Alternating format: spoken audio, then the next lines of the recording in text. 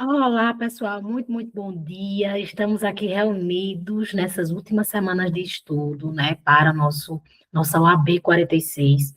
Eu quero trazer para vocês algumas explicações sobre como vai se dar as nossas aulas a partir de agora. Eu vou explicar como é que está o nosso planner e vou explicar uma reorganização que eu fiz para que nós pudéssemos explorar os assuntos com mais calma, porque eu já estou finalizando, tá? Então, não precisa de pressa agora. Então, eu vou compartilhar aqui com vocês a tela só para mostrar como é que eu planejo fazer, tá certo? E aí, nós já vamos iniciar a nossa aula de hoje. Então, vamos lá. Gente, vejam só. De acordo com o nosso planner, né, nós paramos justamente aqui. Essa seria a nossa aula, que no caso seria a aula da semana passada, mas aí eu não tive condições, né? Teve todas aquelas questões de doença que eu falei para vocês, mas eu trouxe aqui, iria dar continuidade aqui nas aulas, de acordo com a semana 10, né? E nós só temos essa semana 10 e a semana 11. E aí a gente já encerra aqui na semana 11, tá vendo? Já encerra na semana 11. Então, teoricamente, nós encerraríamos já semana que vem as nossas aulas teóricas, né, nossas pílulas do conhecimento. Só que aí, o que acontece? Eu vi que aqui no Planner, né, ficaram alguns conteúdos de peso. E aí, eu queria um pouquinho de tempo para poder diluir esses conteúdos. Então, o que acontece? Eu subdividi aqui. Hoje, eu vou ver com vocês só o processo do trabalho, nós vamos ver execução e ações especiais. Aí, depois, eu vou gravar uma outra aula sobre direito penal, a parte especial, tá? Dos crimes contra o patrimônio, a dignidade sexual e contra a fé pública. E aí nós vamos seguir a sequência aqui, e eu vou fazer subdivisões quando eu ver que tem muitos conteúdos. Mas, de toda forma, nós vamos finalizar, sim, até semana que vem, tá certo? Então, eu vou seguir aqui minha sequência e vou para execução e ações especiais lá do processo do trabalho, tá? Nossa última aula foi sobre civil e tributário, tá? Então, nós estudamos direitos reais e estudamos também os tributos em espécie. Agora, vem para cá comigo, que nós vamos estudar agora execução e ações especiais dentro do processo do trabalho, tá? E eu já vou iniciar aqui a minha aula de hoje, conversando com vocês sobre a execução. Gente, o processo de execução, né, a execução em si, ela se dá nos mesmos modos praticamente, né, do processo civil. Temos algumas questões que nós vamos discutir aqui, mas, em regra, é isso. E aí, o que acontece? Para eu poder ter uma execução, eu preciso ter um título executivo, né? Esse título executivo, ele pode ser tanto judicial quanto extrajudicial. Lembre-se que lá no processo civil, quando eu tenho título executivo judicial, né? Quando eu tenho um título executivo judicial, eu tenho uma sentença. E aí eu vou entrar o quê? Se ela for descumprida, eu vou entrar com o chamado cumprimento de sentença. Eu não preciso entrar com um processo de execução autônomo. Diferentemente de quando eu tenho o título executivo extrajudicial. Porque quando eu tenho título executivo extrajudicial, eu vou ter que ingressar com a chamada ação de execução para poder forçar o pagamento daquele título, tá? Então, a execução, minha gente, ela serve justamente para poder forçar o devedor dentro de uma relação onde se teve uma decisão ou quando se tem um título, tá? A cumprir a obrigação de efetuar o pagamento das suas dívidas, né, perante o credor, certo? E aí, o artigo 876 da CLT de leitura obrigatória diz que as decisões passadas em julgado ou das quais não tenha havido recurso com efeito suspensivo, os acordos, quando não cumpridos, tá? Títulos executivos judiciais também, os termos de ajuste de conduta firmados perante o Ministério Público do Trabalho e os termos de conciliação firmados perante as comissões de conciliação prévia serão executadas pela forma estabelecida neste capítulo. Vejam, aqui nós temos os chamados títulos executivos, que estão lá no artigo 876. Nós temos as decisões transitadas em julgado, e nós temos os acordos, né, que não foram cumpridos, que são títulos executivos judiciais. Temos aí os termos de ajuste de conduta firmados no MP, os termos de as conciliações firmadas nas comissões de conciliação prévia, que são títulos executivos extrajudiciais. Então, dentro da Justiça do Trabalho, constitui-se como título executivo judicial as decisões, as sentenças, os julgados e os acordos que foram homologados, e títulos executivos extrajudiciais, os termos de ajuste de conduta, os termos de conciliação firmados perante as comissões de conciliação prévia, tá? A competência para julgar um título executivo judicial e extrajudicial está lá na forma do artigo 877, que vai dizer que é competente para a execução das decisões o juiz ou presidente do tribunal que tiver conciliado ou julgado originalmente o dissídio, ou seja, quem julgou a causa vai ser o juiz responsável por executá-la também, tá? No artigo 877-A da CLT, diz que é competente para a execução de título executivo extrajudicial o juiz que teria competência para o processo de conhecimento relativo à matéria. Então, tanto no título executivo judicial, quanto no executivo extrajudicial, a gente vai observar o quê? No título executivo judicial, nós vamos observar quem foi o juiz que julgou o processo de conhecimento, e no título executivo extrajudicial, nós vamos observar qual é a matéria, e ver qual é o juiz que seria competente para apreciar exatamente aquela matéria, tá? Quem poderá promover a ação de execução? E aí o artigo 878 da CLT vai dizer que a execução, ela poderá ser promovida pelas partes, tá? Permitida-se também a execução de ofício pelo juiz ou pelo presidente do tribunal, nos casos em que as partes não estiverem representadas por advogados, mas a regra é que a execução seja promovida justamente pelas próprias partes, tá? Como é que se dá as fases que antecedem a execução? Então, nós vamos ter aqui o processo de conhecimento, tá? Nós vamos ter a sentença, que forma o título executivo judicial. Essa sentença, ela, embora forme o título executivo e tenha força de execução, mas ela ainda não é líquida dentro da Justiça do Trabalho.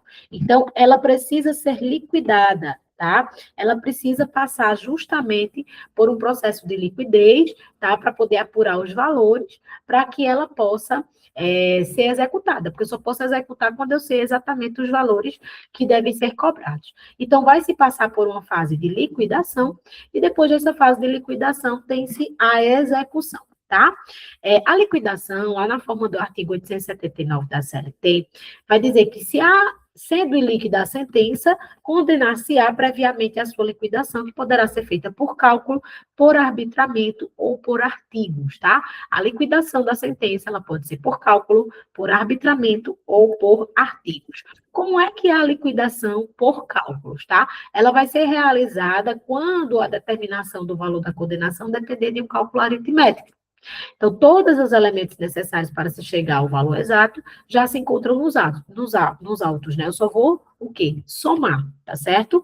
Temos também a liquidação por arbitramento, que ela vai consistir em exame de vistoria pericial das pessoas e coisas, com a finalidade de apurar o quanto, ou seja, eu ainda não sei o quanto. Então, eu vou nomear um perito para que ele possa fazer essa avaliação, analisar o quanto que será para que seja pago, tá certo? Relativa à obrigação pecuniária, que deverá ser adimplida pelo devedor. Temos também a liquidação por artigos, tá? Que ela é cabível no procedimento comum quando houver necessidade de alegar e provar fatos novos, tá? Que devam servir de base para fixar o quanto da condenação. Então, liquidação por artigos, por cálculos, nós já temos os valores, né? Eles apenas precisam ser somados. Na liquidação por arbitramento, eu preciso nomear um perito para poder fazer esses cálculos e apurar o quanto para poder executar, e na liquidação por artigos é quando eu tenho que provar fatos novos, que devem servir de base para esses cálculos, tá? O artigo 879, ele vai dizer, né, no seu parágrafo 1º, que na liquidação não se poderá modificar ou inovar a sentença liquidanda sem discutir a matéria pertinente à causa principal, ou seja, liquidação, minha gente, é liquidação, eu só vou somar os valores, eu não vou discutir o mérito mais, até porque já foi decidido, tá? No parágrafo 1º-A, vai dizer que a liquidação abrangerá também os cálculos das contribuições previdenciárias, tá? E no parágrafo 1º-B, vai dizer que as partes deverão ser previamente intimadas para a apresentação dos cálculos da liquidação, desculpem, inclusive da contribuição previdenciária incidente, tá certo? O parágrafo 2º vai dizer que, elaborada a conta e tornada líquida, o juiz deverá abrir às partes o prazo comum de 8 dias para a impugnação fundamentada com indicação dos itens e valores objeto da discordância, sob pena de preclusão. Parágrafo 3º vai dizer que, elaborada a conta pela parte e pelos órgãos auxiliares da Justiça do Trabalho, o juiz procederá com a intimação da União para manifestação no prazo de 10 dias, sob pena também de preclusão, tá? Então, elaborada a conta e tornada líquida aquela decisão, o juiz vai abrir as partes o prazo de 8 dias para poder se impugnar o valor, tá? E se perder esse prazo, significa que você aceitou o cálculo.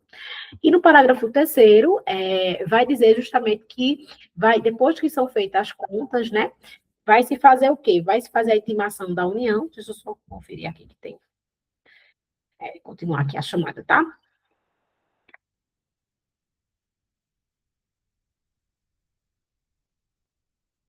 E aí, o que é que acontece? Vai se haver a intimação da União, tá, para manifestação, e aí deverá, no prazo de 10 dias, também se manifestar sobre esses cálculos, tá? O artigo 880 vai falar que, requerida a execução, o juiz ou presidente do tribunal mandará expedir o chamado mandato de citação do executado, a fim de cumprir a decisão ou acordo no prazo, pelo modo e sob as condições estabelecidas, ou quando se tratar de pagamento em dinheiro, inclusive de contribuições sociais devidas à União, para que o faça em 48 horas, ou garanta a execução sob pena de penhora, tá?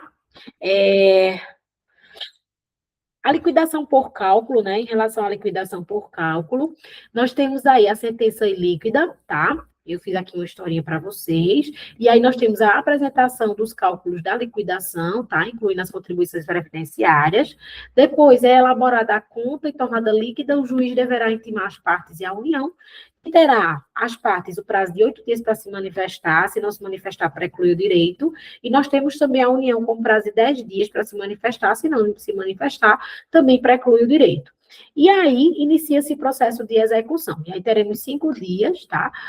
O executado, ele poderá, uma vez iniciada a execução, né? E ele intimado, ele terá o prazo de 5 dias para impor embargos à execução, e o exequente poderá fazer a impugnação à sentença de liquidação, certo?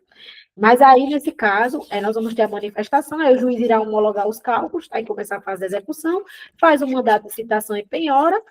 Esse mandato deve ser cumprido em 48 horas, e aí o executado vai ter 48 horas para pagar o garantia em juízo, tá? Ou não fazer nada, e aí segue-se a penhora. E aí conta-se o prazo de 5 dias para o embargo à execução, como eu disse para vocês. Depois a decisão na execução, agravo de petição dessa decisão, caso não concorde, no prazo de 8 dias. E se não houver uma decisão, se as partes não se satisfizerem com a decisão em sede de agravo de petição, cabe o recurso de revista, também no prazo de 8 dias, tá? O artigo 884, parágrafo 6º da CLT, vai tratar da isenção de garantia judicial. Então, a exigência de garantia ou penhora não se aplica às entidades filantrópicas e ou aquelas que compõem ou compuserem a diretoria dessas instituições. O artigo 1º do Decreto-Lei 77969 vai dizer que nos processos perante a Justiça do Trabalho, constitui privilégio da União, dos Estados, Distrito Federal, dos municípios e das autarquias ou fundações de direito público federais, estaduais ou municipais que não explorem a atividade econômica. Inciso 4º, a dispensa de depósito para interposição de recurso, tá? Vamos ver uma questãozinha sobre isso, como é que esse assunto cai para a gente na OAB, tá certo? Vamos ver isso aí. Ramon conseguiu, em uma reclamação trabalhista, a sentença de procedência parcial dos seus pedidos, sendo condenado o ex-empregador a pagar vários direitos mediante condenação subsidiária da União como tomadora de serviços. A sentença transitou em julgado nestes termos, houve liquidação regular e foi homologado o valor da dívida em R$ 15.000, conforme cálculos apresentados pelo exequente. Ramon tentou executar por várias formas o ex-empregador, sem sucesso, e então requereu ao juiz o direcionamento da execução em face da União, que foi citada, mas discordou dos cálculos apresentados, reputando-os majorados. Diante da situação apresentada e dos termos da legislação em vigor, assinale a alternativa correta. Diante da situação apresentada, vamos ver aí qual vai ser a alternativa que nós vamos encaixar. Letra A. Caberá à União depositar o valor da dívida e, então, no prazo legal, ajuizar o embargo à execução? Letra B. Se a União não depositar voluntariamente a quantia, terá os bens penhorados no valor da dívida e, após, poderá ajuizar embargos à execução. Letra C. A lei prevê que, sendo um ente público devedor, ainda que subsidiário, bastará depositar metade do valor homologado para ajuizar embargos à execução. Letra D. É desnecessária a garantia do juízo para a União ajuizar embargos à execução. Com certeza, a nossa resposta vai ser a letra D, porque nós acabamos de ver lá na forma do artigo 1º, inciso 4º do Decreto-Lei 779 de 69, que é desnecessária a garantia de juízo para poder ajuizar embargos à execução. Vamos ver uma outra questãozinha sobre isso. No decorrer de uma reclamação trabalhista que transitou em julgado e que se encontra na fase executória, o juiz intimou o autor a apresentar os cálculos de liquidação respectivos. O que foi feito? Então, o juiz determinou que o cálculo fosse levado ao setor de contadoria da vara para conferência, tendo o calculista confirmado que os valores estavam adequados e em consonância com a coisa julgada. Diante disso, o juiz homologou a conta e determinou que o executado depositasse voluntariamente a quantia, sob pena de execução forçada. Diante dessa narrativa e dos termos da CLT, assinale a alternativa correta. Letra A. Equivocou-se o juiz, porque ele não poderia homologar o cálculo sem antes conceder vista ao executado pelo prazo de 8 dias. Letra B. Correta a atitude do magistrado, porque as contas foram conferidas e foi impressa celeridade ao processo do trabalho, observando a duração razoável do processo. Letra C. A lei não fixa a dinâmica específica para a liquidação. Daí porque cada juiz tem a liberdade de criar a forma com que atenda aos anseios da justiça. Ou letra D. O juiz deverá conceder vistas aos cálculos ao executado e ao INSS pelo prazo de 5 dias úteis, pelo que o procedimento adotado está errado. Então, com certeza, a nossa resposta é a letra A, equivocou-se o juiz, porque ele não poderia homologar os cálculos sem antes conceder vistas ao executado no prazo de 8 dias, conforme o artigo 879, parágrafo 2º da CLT, tá? E agora nós vamos conversar um pouquinho sobre as ações especiais. E aí, dentro das ações especiais, nós vamos tratar de algumas, né? Porque não dá para a gente conversar sobre todas, mas nós vamos tratar aqui de algumas das ações, tá certo? Vamos embora. Deixa eu só colocar aqui a caixa rapidinho.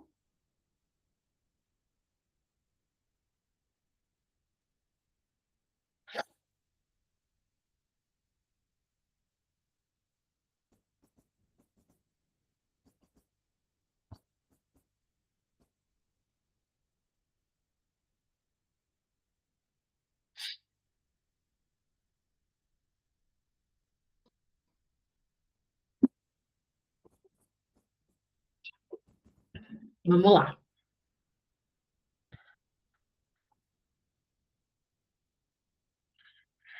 Vamos lá, vamos falar agora sobre as ações especiais, tá certo?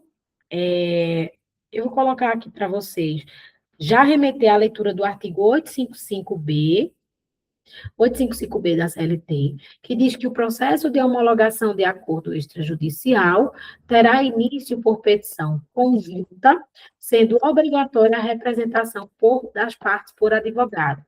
Então, o parágrafo 1º vai dizer que as partes não poderão ser representadas por advogado comum, né? E o parágrafo 2º vai dizer que faculta-se ao trabalhador ser assistido por advogado do sindicato da sua categoria, tá? Com relação à audiência, né, no artigo 855D da CLT, vai dizer que no prazo de 15 dias, a conta da distribuição da petição, o juiz analisará o acordo, designará a audiência e, se necessário, proferirá a sentença, tá? com relação à homologação de acordo extrajudicial, que está lá no artigo, na súmula 418 do TST, diz que o seguinte: a homologação de acordo constitui faculdade do juiz, inexistindo direito líquido e certo tutelável pela via de mandato de segurança. Então, é uma faculdade do juiz, tá? Homologar acordos extrajudiciais, tá? Inexistindo aí direito líquido e certo tutelável por via de mandado de segurança. Então, se couber mandado de segurança, não. Se não cabe mandado de segurança, sim, pode haver homologação de acordo extrajudicial, tá? O artigo 831, parágrafo único da CLT, vai dizer que, no caso de conciliação, o termo que for lavrado valerá como decisão irrecorrível, salvo para a Previdência Social, quanto às contribuições que lhe forem devidas. A súmula 100, inciso 5º do TST, vai dizer que o acordo homologado judicialmente tem força de decisão irrecorrível, na forma do artigo 831 da CLT. Assim sendo, o termo conciliatório transita em julgado na data de sua homologação judicial, tá? Resumindo, então, sentença que homologa acordo, o processo será extinto com resolução de mérito, a sentença é irrecorrível para as partes, porque o acordo, ele tem um efeito aqui de retratabilidade, tá? No caso da sentença que não homologa acordo ou homologa parcialmente, vai caber recurso ordinário perante o TRT, e se não houver decisão, se as partes não se satisfizerem com a decisão de recurso ordinário, poderão interpor recurso de revista perante o TST, tá? Vamos ver uma questãozinha sobre isso. Então, Vilma foi dispensada sem justa causa e recebeu uma indenização correspondente do ex-empregador. Ela, no momento de alegar ter direito a uma equiparação salarial com uma colega que realizava as mesmas atividades, em razão disso, Vilma procura você, como advogado e com a sua assessoria, dar início ao acordo extrajudicial com o ex-empregador. O acordo é materializado em documento, especificando o valor e a identificação da parcela, sendo assinado pelas partes e seus respectivos advogados, e levado à Justiça do Trabalho para a homologação. Contudo, a juíza do caso nega-se a homologar o acordo, argumentando que ele seria lesivo à trabalhadora, proferindo decisão nesse sentido. Assinale a opção que indica a medida processual adequada para buscar a reforma da decisão proferida. Letra A. Não há medida cabível por se tratar de decisão interlocutória. Letra B. Cabe recurso ordinário. Letra C. Mandado de segurança. Ou letra D. Novo pedido de homologação de acordo extrajudicial idêntico, mas agora dirigido para outra vara. Com certeza, a nossa resposta é a letra B. Cabe a interposição de recurso ordinário, lá na forma do artigo 895, inciso 1 da CLT, tá? Vamos falar agora um pouquinho sobre o mandado de segurança. Com relação ao mandado de segurança, é o seguinte: o mandado de segurança, né, dentro dessa perspectiva, ele vai vigorar aí o chamado princípio da irrecorribilidade imediata das decisões interlocutórias, ou seja, em regra, as decisões interlocutórias do juiz, elas são irrecorríveis, tá? Conforme lá o princípio da irrecorribilidade imediata das decisões interlocutórias. E aí, o artigo 893, parágrafo 1º, vai dizer assim: os incidentes de processo são resolvidos pelo próprio juiz ou tribunal, admitindo-se a apreciação do merecimento das decisões interlocutórias somente em recurso de decisão definitiva. Então, a exceção, né, é no caso da tutela provisória, a súmula 414 do TST vai trazer justamente no inciso 1, que a tutela provisória concedida na sentença não comporta impugnação pela via de mandado de segurança, por ser impugnável mediante recurso ordinário. Então, é admissível a obtenção de um efeito suspensivo ao recurso ordinário mediante requerimento dirigido ao tribunal, ao relator ou ao presidente ou ao vice-presidente do tribunal recorrido, por aplicação subsidiária do processo do trabalho, na forma do artigo 1029, parágrafo 5º, tá? Do CPC de 2015. E aí, o inciso segundo, ele vai dizer que, no caso da tutela provisória, haver sido concedida No caso de a tutela provisória haver sido concedida ou indeferida antes da sentença, cabe mandado de segurança em face à inexistência do próprio recurso, né? E o inciso terceiro vai dizer que a superveniência da sentença nos autos originários faz perder o objeto do mandado de segurança que impugnava a concessão ou indeferimento da tutela provisória, tá? Então, o mandado de segurança, ele vai caber justamente da decisão que concedeu ou indeferiu a tutela provisória e sede de decisão interlocutória, lembrando que a regra é a irrecorribilidade das decisões, tá? E o mandado de segurança vai ser direcionado diretamente para o Tribunal Regional do Trabalho. A súmula 201 do TST vai dizer que da decisão do Tribunal Regional do Trabalho em mandado de segurança, cabe o chamado recurso ordinário no prazo de 8 dias, tá? Para o Tribunal Superior do Trabalho, e igual dilação para o decorrido e interessados apresentarem as razões de contrariedade. Então, nós vamos ter aqui a decisão do juiz da vara de trabalho que concedeu ou indeferiu a tutela provisória, vai caber o mandado de segurança perante o TRT, e caso seja necessário ingressar com mais um recurso, é possível perante o TST através da via do recurso ordinário, tá? Pode haver depósito prévio para custeio dos honorários periciais? O artigo 790-B, parágrafo 3º da CLT, vai dizer justamente que o juiz não poderá exigir adiamento de valores para a realização de perícias. Temos também a OJ 98 do TST, que vai dizer que é ilegal a exigência de depósito prévio para o custeio de honorários periciais, dada a incompatibilidade com o processo do trabalho, sendo cabível aí o mandado de segurança visando a realização de perícia, independentemente do depósito, tá? Vamos ver como é que isso cai na OAB. Em uma reclamação trabalhista, o autor afirmou ter sido vítima de discriminação estética, pois fora dispensado pelo ex-empregador por não ter querido raspar o próprio bigode. Requereram na petição inicial tutela de urgência para ser imediatamente reintegrado em razão da prática discriminatória. O juiz, não convencido da tese de discriminação, indeferiu a tutela de urgência e determinou a designação de audiência com a respectiva citação.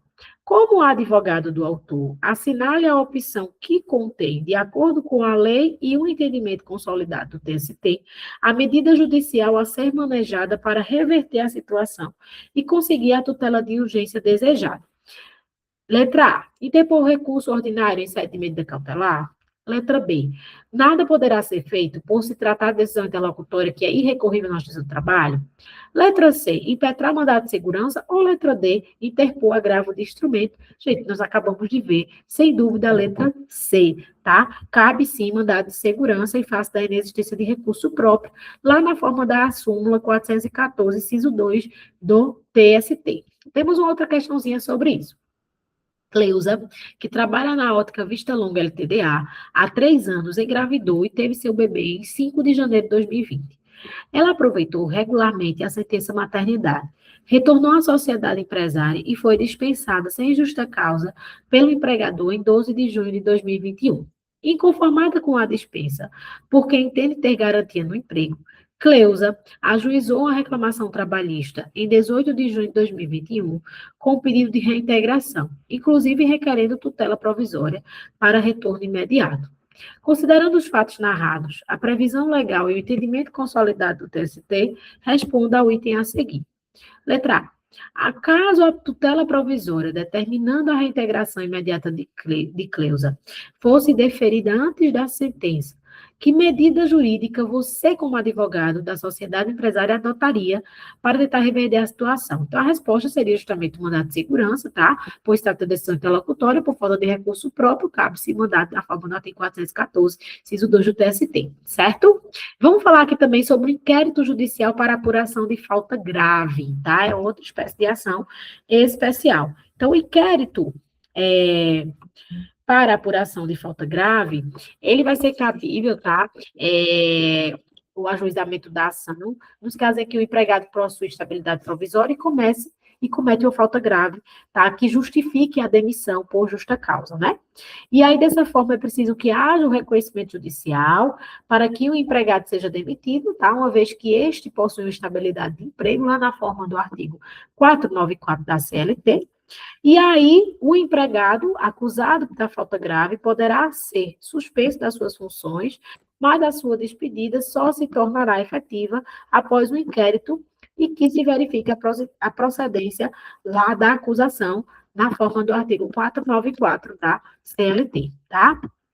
Com relação ao prazo, a competência para julgar esta ação é da vara do trabalho e o prazo decadencial é de 30 dias a contar da suspensão do empregado, tá? O artigo 853 da CLT vai dizer que para a instauração do inquérito para a apuração da falta grave contra o empregado, garantido com estabilidade, o empregador apresentará reclamação por escrito a juízo ou juízo de direito, tá? A junta ou a juiz de direito, dentro do prazo de 30 dias, contados da data da suspensão do empregado, tá?